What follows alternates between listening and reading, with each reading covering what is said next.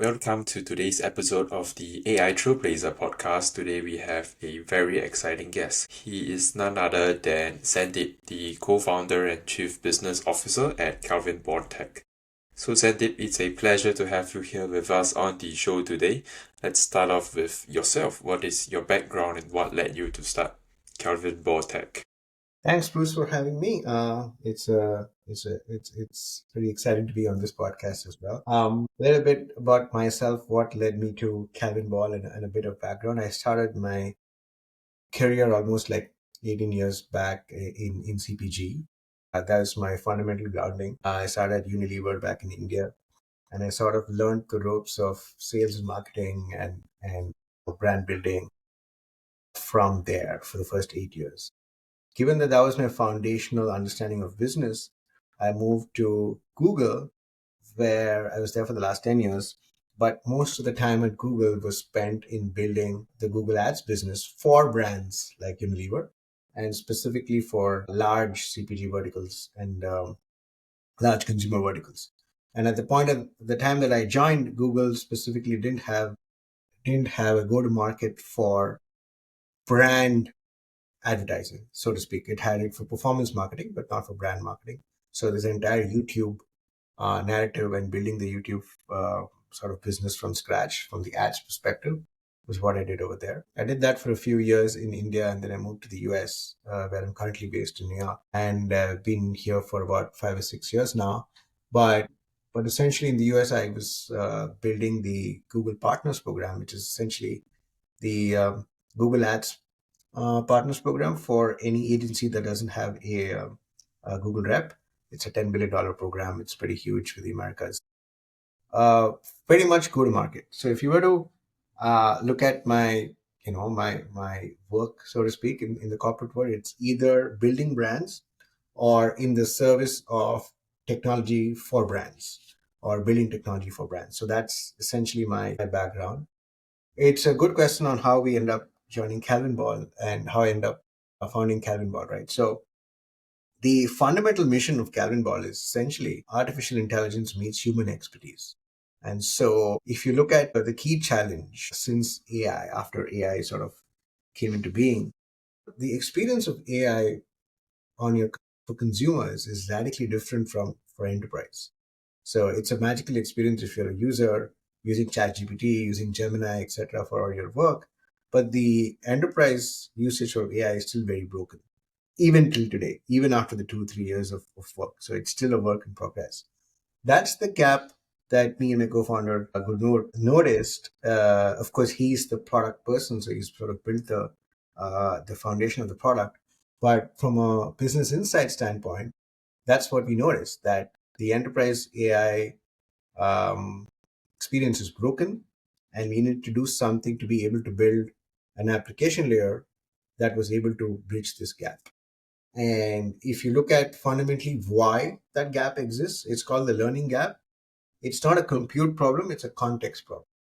So enterprise AI does not have the same context that consumer AI apps have on you, which means that it doesn't have the data and the workflows. It doesn't understand the specific industry knowledge required. It doesn't understand the roles and the metrics and everything else. So it's not as easy for you to ask a question like, hey, make me an itinerary for a holiday. That can do very easily because it has all of the context. But something like, tell me why my brand has not been growing the last 3 months and what can I do about it? It can't answer that because the amount of context you need to build that is significantly more. So that was the idea. And that's how we got into building sort of Calvin Ball. And since then, we've now working with some of the largest CPG companies in the world, the likes of Unilever, LVMH, Colgate, Palmolive, Heineken, Mondelez. And it's been an amazing journey to see and learn from these large organizations on how to fine tune and make our product much, much better over the last couple of years. Got it. Yeah, then shall we go more into CalvinBall Tech itself? What is the exact problem that it is trying to solve, and then also how does it solve it for that particular target audience? Yeah. So let's look at the exact problem to be solved, right? When we looked at the gap in the learning gap between consumer and enterprise AI, and we realized that this is the context that needs to be added. We figured out pretty quickly that it needs to be vertical focused. So we identified a specific vertical. Obviously, all of us in the have a CPG slash retail background.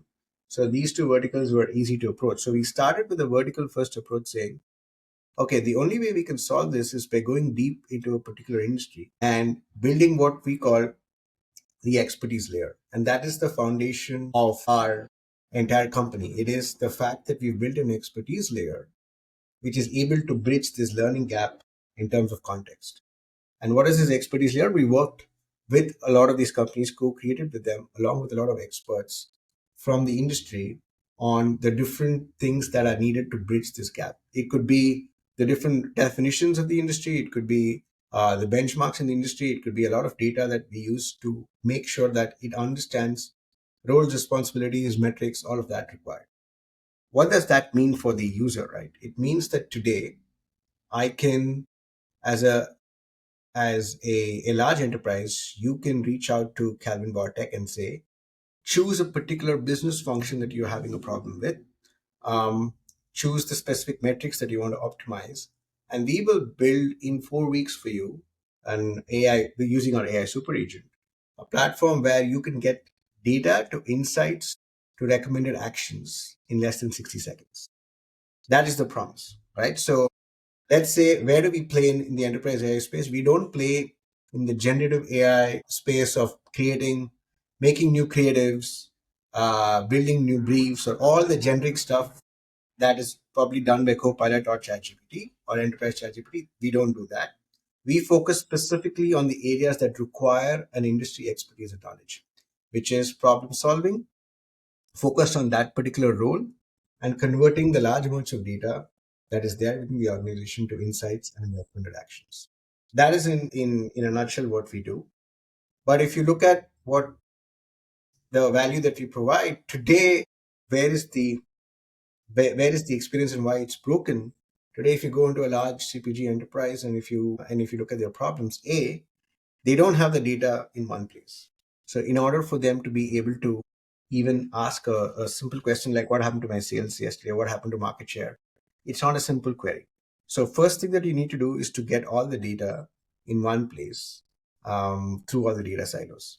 The second thing you need to be able to do is understand that data and understand when you need to access which part of that data. So that's the other important piece. But an even more important piece is, who are you building it for? So this is the mistake that a lot of large enterprises we see are making right now, which is that they try to build a chat GPT for the entire organization. So what does that mean? When you try and build a single chat interface for the entire organization, you then limit it to the least common denominator, so to speak. So essentially, you can ask some questions on, summarize my email, make a report, or retrieve some XYZ, but it doesn't address the most important challenges of that person in that role. If if you have to solve for the most important thing in my role in those verticals, you have to go in, figure out what are my metrics that I'm getting comped on, or what I'm responsible for, understand the workflows that connect those metrics, and be able to give me the insights and the actions that I need to do and connect it to the workflows. So, which essentially means you need to be able to build an architecture that is bottom up and not top down. I need to go identify what is the role, what is the data required for this role, what are the metrics for this particular role, and how do I give the UI and the UX for that particular role. So we have this playbook architecture where we go and say, okay, we're not going to build one particular product for the entire organization. We're going to come and build a playbook for your specific business user connected to a particular role and a metric. And now, once you do that, it's easy to scale up, which is a top down, a bottom up approach, and not a top down approach. So we started with, we now have about 8 business functions that we've built playbooks for, multiple different playbooks based on user feedback. And these functions within the large CPG retail organizations are the ones that have a lot of data, but have a dearth of insights, and also have a time crunch in terms of how quickly they need to convert the data to insights. So we've identified promo management, business intelligence, consumer insights, e-commerce, digital media, some 7 or 8 parts of the organization that are data heavy and insight light. And we've built playbooks for each of these business functions and each of the stuff that they do there. And then we can obviously now scaling up, we're going into supply chain and finance, etc. But the idea is to go into a particular vertical, look at all the different functions in that vertical, prioritize those functions, and start building a playbook format for each of those functions. The UI UX obviously is common and looks pretty similar, and it's easy to use by everyone. But the workflows and the data and the metrics are different for each of them. Got it. Okay, so can we talk more about your goals for CalvinBall Tech? Let's say for the next 6 to 12 months, where do you want it to be at? Yeah, look, we believe in going deep. Our entire architecture is built to go deep into large enterprises and not specifically wide. We've started with some very interesting. We're already working with some of the largest CPG organizations. And so our first goal would be to scale them up dramatically internally. I think we have an opportunity to scale um, at least 20x in the next 2 to 3 years within the people that we're currently working with itself. That's with respect to depth. So we don't see in our overall go-to-market plan, there is a specific plan for the big global whales, which are not more than 50 in the world. And we think we can build a large enough business with these global whales that is big enough. In any case, we look at a potential of about 20 to 25 million per whale. If you look at all the different playbooks that we can build for them, but I think the bigger opportunity is with the tier two or the mid market, because a lot of these folks do not have the expertise already built in. In the case of large whales, they have the expertise. We can build it for them. In the case of the mid market, we have the opportunity to build the expertise and add expertise to their business, along with some experts from outside, which is the entire concept of human expertise plus artificial intelligence. So there's an entire mid market that we haven't even tapped into as yet, which will require the expertise from our side. The global whales currently, we are encoding their expertise into the product itself, and so that they can sort of scale and go up. So that would be our ideal vision for the next 12 months, is to keep going deep with the large CPG enterprises that we are already working with, but also build the base for a huge mid-market play where we actually provide a lot more expertise to. So when you say you want to expand to the mid-market, what is your go-to-market strategy or marketing channels that you plan to rely on to drive this growth in the mid-market sector? Look, we have a bunch of different go-to-market strategies that we've been trying, even for the large enterprises and for some of the mid-market, right? So it's funny the way that you define the different segments. One is that you could be mid-market in the global scheme of things, but a really really large local player, right? That's a sweet spot for us, because these large local players in countries like Indonesia, India, or Nigeria, for example, these are large billion-dollar local players. They are not global players, but they definitely don't have the tech expertise to be able to pull this off themselves. So that so that's another segment, I would say, regional powerhouses that are not global in nature, have but are big enough, they're $1 billion plus, and need this technology. So that's a separate segment on itself. But coming to your question on mid market and the way that we're planning to approach it, if you look at the go to market strategy, the global whales, obviously, a lot of it is done through warm intros, through our talk to talk network connections and exec events, etc. So let's leave that aside. From a mid market context, we've identified about 8 regions in the world, and we've got about 150 companies in each of these 8 regions. So about 2,000, 3,000 of these companies that are essentially what we would classify in the mid market, which is $100 million plus sort of revenue, so to speak, in this particular vertical. And there are different ways to approach it. One is that we have a network of evangelists. These evangelists are potentially ex consultants or current consultants. They are ex CEOs, and they work with us on a referral basis. So we have a huge network of these evangelists. They're actually on our website. You can go and check them out. We also work with consulting companies themselves as go to market partners, because a joint go to market pitch from a consulting company where they go and give the overall strategy and then they leave the product behind, is also a good go-to-market strategy for us. And then the third piece is, of course, using traditional lead generation methods, where we can use either companies that are the agencies that are specialists in generating leads with slightly larger enterprises, or agencies that are well known in the CPG and retail vertical, for them to be able to help us generate those leads. So each of those three strategies are definitely things that we will activate as we go forward. So you've pointed out three main strategies for your go-to-market to mid-market so far. What would you say have been the most effective? What are some that hasn't performed as well as you expected them to? It's a good question. I don't think we've, in our journey, I don't think we've fully exploited all of them as yet, because we are still at the top, right? We are still working with the largest CPG companies. We're going deep. We haven't yet had the requirement, or we haven't yet had the bandwidth to be able to scale to a lot of the mid market as yet. So, but from a limited work that we've done so far, the the thing that I can tell you is that it makes a huge difference in these large enterprises, who the entry point, who you're getting connected to. So, of course, in places where we have personal connections and we know the C level, that's been the fastest.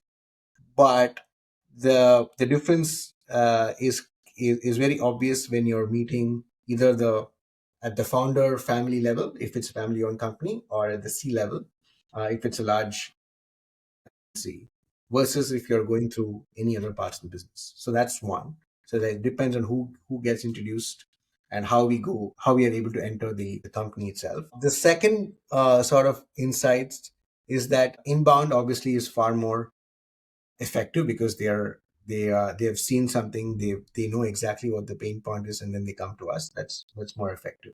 But I think going forward, because we have so many different ICPs in an organization that we can reach out to, we probably get more focused on, if you are the head of analytics, this is our solution for you. If you are the head of e-commerce, this is a solution for you. If you are the head of insights, this is a solution for you. We probably need to get far more targeted in terms of the specific solution we have for the specific ICP. Okay, interesting. Then when it comes to your go-to-market as well as just go-to-market in general, what are the main metrics that you look for in order to improve or in order to gauge the success?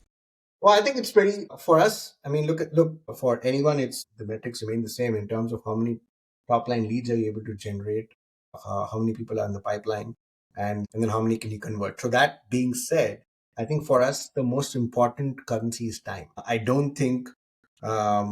I don't think we have a problem with conversion as such.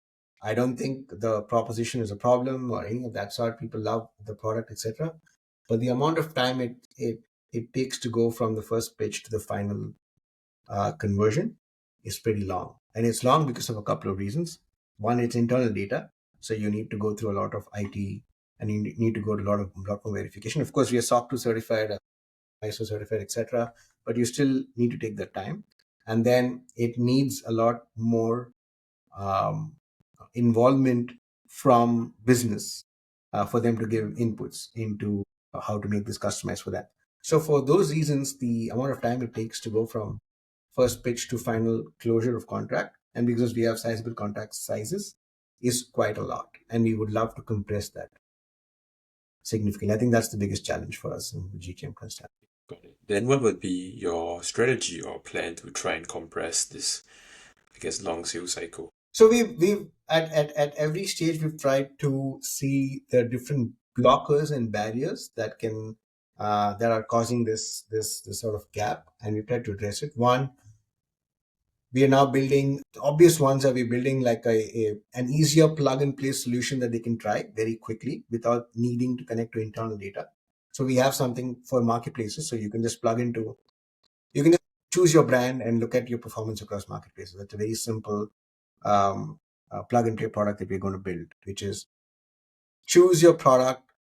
We'll tell you how it's performing across marketplaces. We'll give you insights, recommendation.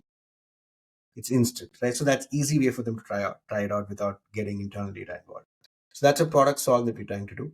We will get sandbox maybe in maybe in the next 3 to 6 months. We will get a sandbox where people can play. You go to a website and play around and see how it works. So that's another way in which we can build the conviction. And We are looking at how we can reduce the time for the pilot phase. Currently, the pilot phase takes about 8 to 12 weeks, and we are looking at how we can reduce that time to less than 4 weeks. They all seem like very interesting strategies as compared to some of the other B2B software companies you've spoken to. For example, the sandbox strategy is rather unique. It seems like you have had an incredible journey so far as well at CalvinBall Tech. But let's say if you had a magic wand to solve one thing in the business right now that is either holding you back or slowing down your progress to get to your goals, what would that one thing be? Like I said, in enterprise, it is always going to be a magic wand to solve a speed of conversion. So I would, you know what I would love for people to be able to just go to a website, be able to experience the product and say, yes, we are, we are good to go. But it doesn't work that way because one of our, one of our biggest disadvantages also is our biggest moat in the fact that we work with internal data. A lot of companies don't work with internal data, and it takes a lot of time to be able to onboard and show the security for the internal data. So I would just probably say, if we can build enough proof points and enough experiences without the internal data to build the conviction to then to be able to give us the internal data later, that would be a good win. So maybe a magic wand would be, we'll show you how we can work with your business and show you actionable results in as less as 24 hours. Okay, cool. So going into the last segment of the podcast here, what sort of trends or shifts are you seeing in your industry right now, and then how is that, affecting the growth of Kelvin Ball Tech?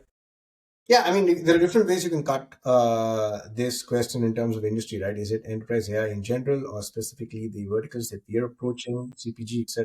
Yeah, probably the CPG brands. Look, from a CPG on a retail standpoint, the usage of AI or Gen AI it's very nascent in the places that we operate in. So they've been using it for the last 2 years on creative side. They've been using it to generate briefs. Everything on the generative AI side that pretty much can be done by ChatGPT today, they've been using it for a while. What they've not used it is for hardcore analysis, root cause analysis, for example, early warning systems, anything that requires deep integration with their internal data and a lot of expertise. They haven't used it as yet. There's a lot of attempt by there's a lot of different initiatives to build something internally, but nobody has built something that scales and is built say, for the architecture of an enterprise very easily. So that's one. I think people are making the attempt to either build a Gen AI version on agents themselves, or they are trying to work with other companies to build pilots, etc. The other thing that I would say is that they for the forget the CPG ones, but there's an overarching study that came out from MIT that 95% of Gen AI pilots have not shown ROI, and that is something that I sort of tend to agree with, because a lot of pilots have been done so far without a clear articulation of who this is going to benefit. Right? It's been done for the purpose of saying, what can AI do, rather than saying, can solve this business problem today. So I think, for example, the way that we are solving for it is saying that, look, we don't do free pilots, and we start off with a particular metric that we solve for. So independent of the usage metrics, you're going to use it every day to solve for that, to optimize for that metric. So there's a direct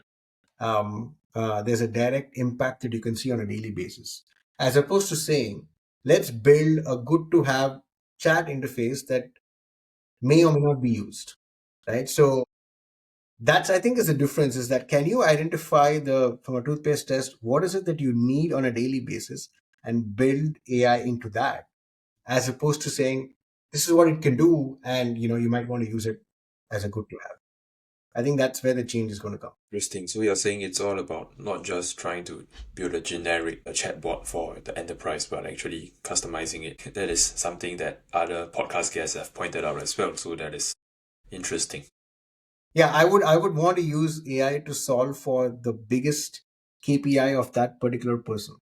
right? If my job is to increase sales, and if my job is to reduce out of stock, if my job is to specifically increase ROAS, then I want to use AI to solve for that. Only then will it get used every day and not have issues with adoption. Yeah, that makes sense. And that actually brings us to the conclusion of the podcast. So, Sandeep, once again, thank you for your time and for sharing this valuable insights with our audience about the CPG industry and how the latest AI is disrupting it, as well as how they are adapting to it as well. So, it was a pleasure having you here today, and I hope you enjoyed the conversation as well. Same here. A pleasure to speak to you, Bruce.